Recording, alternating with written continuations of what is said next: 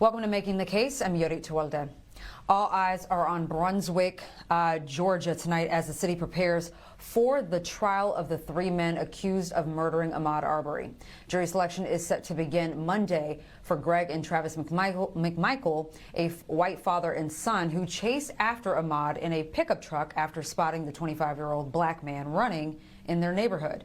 William Roddy Bryan, a neighbor who joined the pursuit and took video, will also be standing trial. BNC's Janine Donaldson had a chance to speak with members of Ahmaud's family ahead of the trial.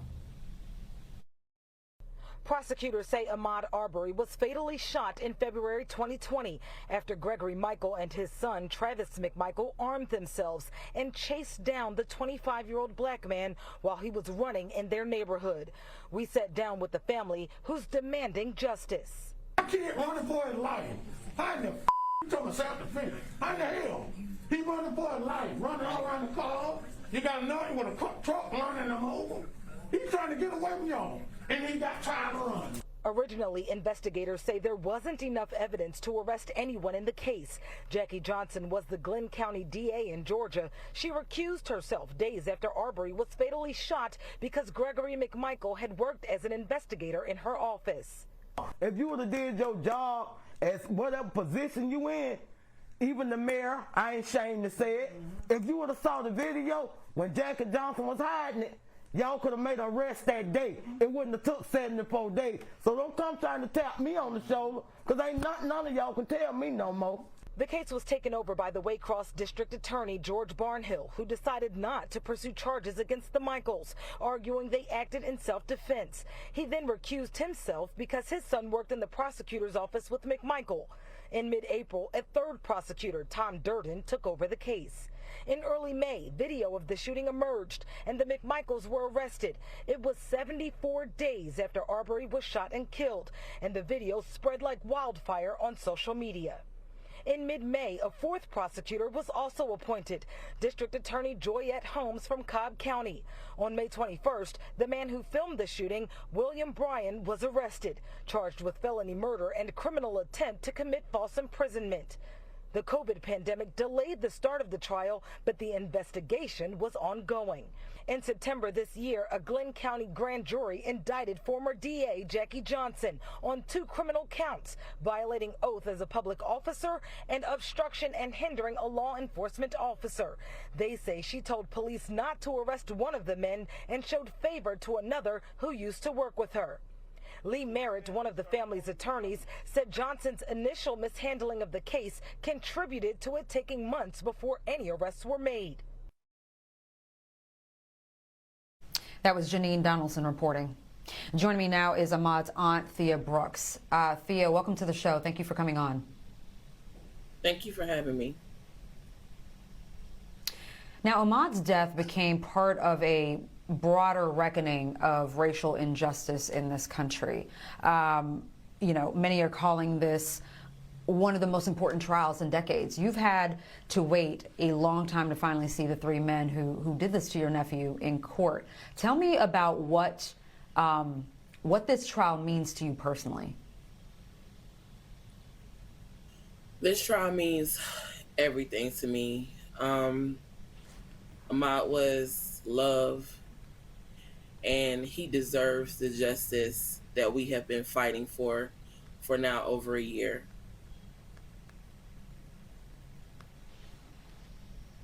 What do you think this trial means for the health of the nation? This trial is going to help turn the hearts of people that don't look like you and I, and we all get on one accord and unify. And when things like this occur, not be afraid to speak out and to help one another in unity so we can get through these times. Thea, I can only imagine how hard all of this has been for you, for the family. How is everyone holding up, and how are they preparing themselves for what could be a month-long trial? There are mixed emotions. There are good days, there are bad days. There's some days we can sit down and talk about it, relive the memories, and laugh, and then there are days where we're angry because we're tired of waiting. So it's just day after day. Things change daily. But for the most part, collectively as a family, we're ready to go in the courtroom and face these men and get the justice that Ahmaud deserves. Now, you said for a long time that Ahmaud was targeted because he was black. The defense recently asked the judge to disallow prosecutors from showing the jury any photos of the truck that the McMichaels used to chase your nephew. The truck had a Confederate flag on the front bumper. What's your reaction to the defense's claim that this case wasn't about race? I mean, to look at it, you would have to be insane to think that this was not a race-baited situation. There were so many people who visited the same home that didn't look like Ahmaud and was never said anything to. Nobody ever approached them. Nobody ever questioned why they were there. And nobody ran them down for approximately 7 minutes and killed them for being in that neighborhood. Mm-hmm. Well, Thea, the defense also, they filed a motion asking to be allowed to introduce Ahmaud's past criminal record into evidence, which the judge rejected. Are you prepared for the attempts that will be made to assassinate Ahmaud's character throughout this trial? Yes, because that's what they've been doing this entire time. It seemed like through all the preliminary hearings that Ahmaud was on trial for his own murder, and he's not even here to state his side and actually what happened that day. But we don't need him here to see what happened that day. The video shows exactly what happened that day. Well, from the start of this case, it's been riddled with corruption. Last month, the former district attorney who initially had this case was charged for trying to interfere with the investigation and for violating her oath of office. Were you surprised when you found out that she was being indicted? No, it was a long time coming. Our family is not the only family that she has either tried to cover up or has covered up in her 10 years in office.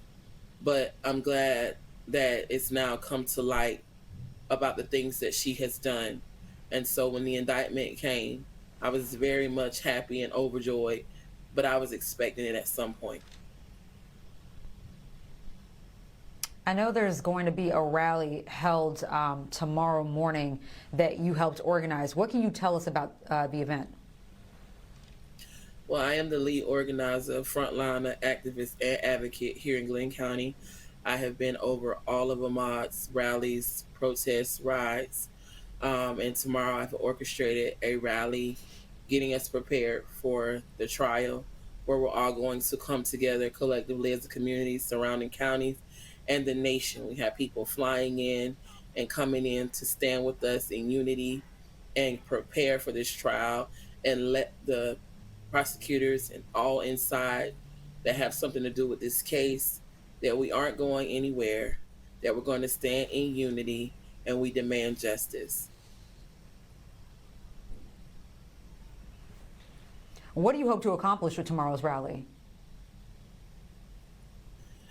Just for them to see the pain that we have had to deal with the prolonging of this case, and for them to understand that justice means everything to us, and for them to also understand that this tragedy brought a city that once was separate together.